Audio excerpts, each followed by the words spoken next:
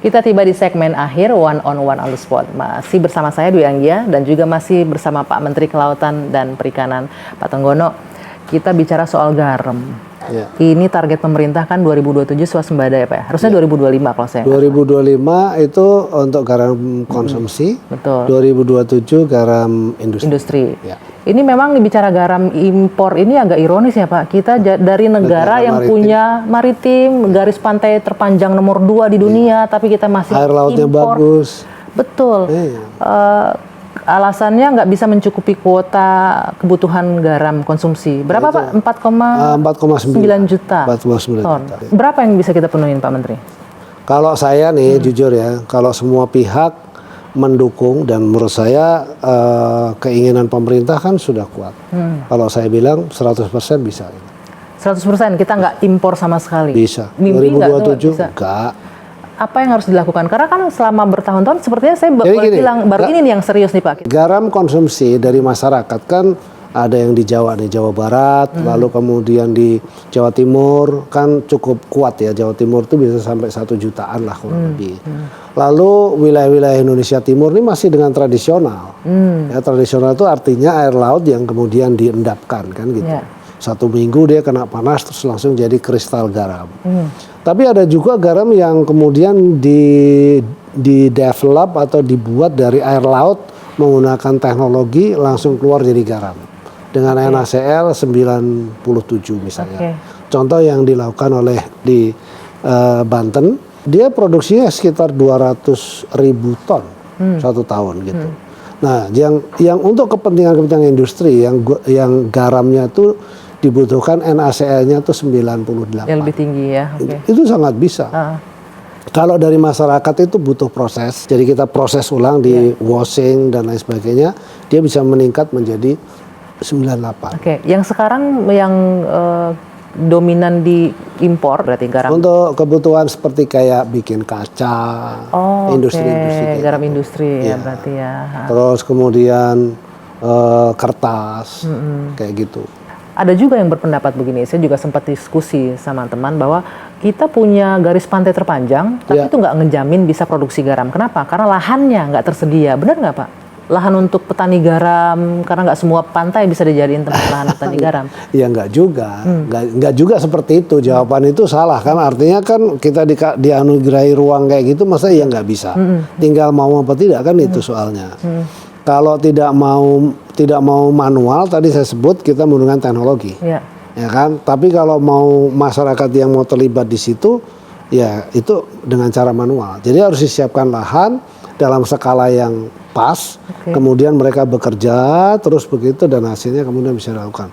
Tapi satu hal juga yang dia lakukan juga harus bisa memberikan manfaat kesejahteraan buat untuk mereka, masyarakat sekitar situ ya. Itu. Kebersihan laut segala macam itu berpengaruh ya. Sangat berpengaruh. Ya. Untuk di Indonesia sendiri kayak bicara sampah laut nih kita nih Pak, juga jadi masalah tersendiri kan ya untuk di pantai plastik kita. lah utamanya. Betul. Ya. Itu juga mempengaruhi produksi garam nasional kita. Enggak mempengaruhi produksi garam nasional, tetapi itu adalah mengganggu untuk kemudian produk-produk yang dihasilkan dari laut nanti akan kalau dia menjadi mikroplastik, lalu kemudian dia menjadi garam dan seterusnya kan ikut ke proses nanti kemakan. Kita lihat banyak beberapa wilayah yang tiba-tiba pasir di pantai pasir lautnya sampah lautnya plastik laut plastik lautnya banyak sekali. Biota laut terganggu di sana.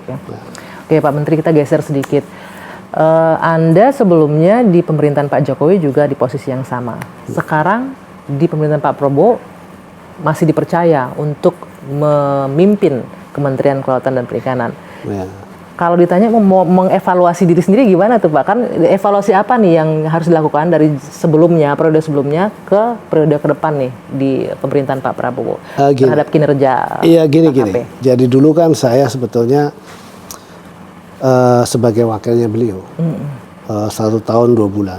Diskusinya selalu soal ketahanan negara. Salah satunya pangan. Betul. Itu kita diskusi. Maka dulu kalau pernah dengar food estate dan lain sebagainya itu memang kita selalu berdua, saya dengan beliau tuh Pak Prabowo selalu bicara soal pangan.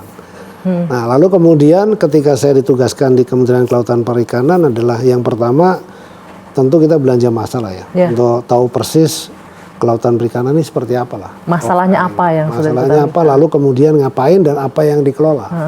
Ternyata kita memang negara maritim, yang saya tuh kan saya dulu nggak terlalu suka ikan, sekarang sih udah oke lah. Dari inventaris masalah, apa masalah krusial yang harus diselesaikan Pak? Dari Pertama adalah gimana kita menjaga supaya ekologi kelautan ini tetap terjaga dengan baik. Ya, ini kalau soal lingkungan, alam. Karena dari situ adalah kemaslahatan umat ini akan berlanjut.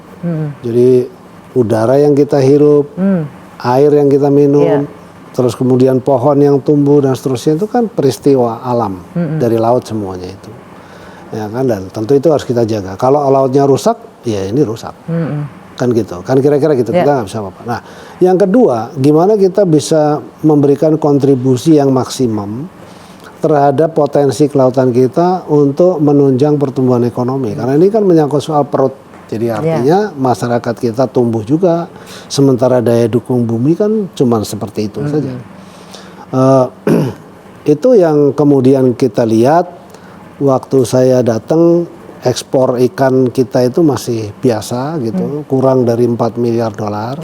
2021 naik ke 5,3 lah kurang lebih gitu. 2022 naik ke 6,2. Terus secara rata-rata kira-kira 5,5 miliar dolar. Saya keliling apa yang terjadi, berapa sih sebetulnya market demand di sektor seafood di dunia gitu. Itu pasarnya begitu besar, sampai dari riset yang saya dapat, market riset yang saya dapat itu lebih dari 400 miliar dolar. Lebih dari 400 miliar dolar. Indonesia bisa memenuhi berapa? Pak? Indonesia produksinya 13 juta ton ikan, 10 juta ton rumput laut, ya kan? Nah, dari 13 juta itu dikonsumsinya kurang lebih sekitar 10-11 juta ton untuk dalam negeri ya. Selebihnya untuk ekspor. Ya.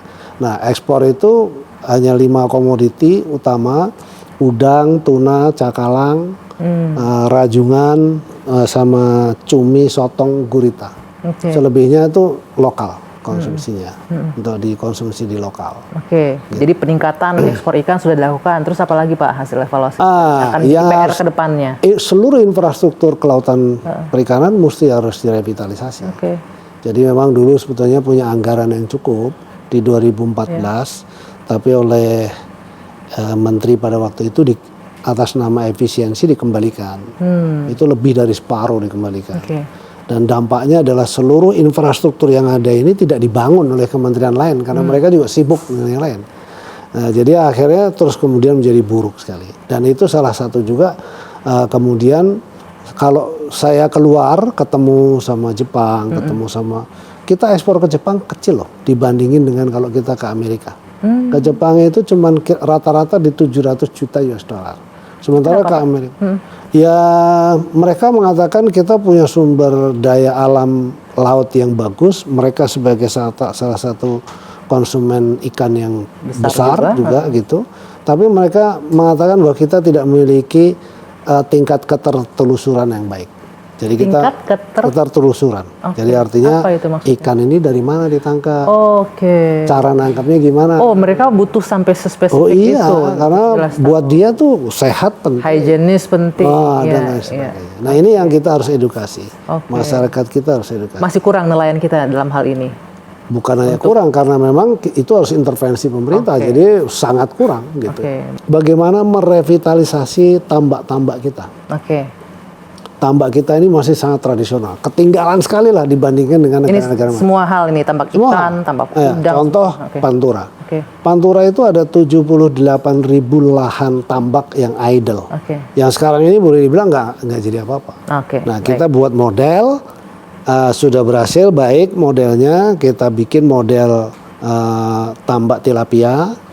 Kalau itu dibangun, maka kita menjadi produser tilapia terbesar di dunia.